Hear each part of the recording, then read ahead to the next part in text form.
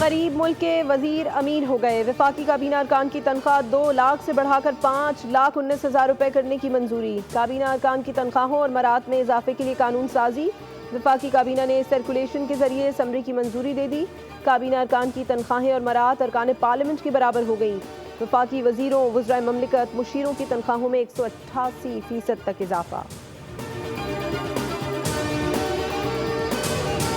और शाहीनों की कीवीज के खिलाफ T20 सीरीज में धमाकेदार वापसी। तीसरे मैच में न्यूजीलैंड को 9 विकेटों से धूल चटा दी। ऑकलैंड में पाकिस्तान ने 205 रन का हदफ सिर्फ 16वें ओवर्स में हासिल कर लिया। हसन नवाज ने नाकाबिल शिकस्त सेंचुरी और कप्तान सलमान आगा ने निस्फ सेंचुरी दाग दी। पाकिस्तान ने T20 इंटरनेशनल फॉर्मेट में कम से कम ओवर्स में 200 से ज्यादा रन का हदफ हासिल करने का आलमी रिकॉर्ड बना दिया। हारिस रऊफ ने 29 रन लेकर 3 शिकार किए। अब्बास अफरीदी, अब्रार अहमद और शाहीन अफरीदी ने दो विकेटें हासिल की। न्यूजीलैंड को 5 मैचेस की सीरीज में 2-1 की बढ़तरी हासिल है।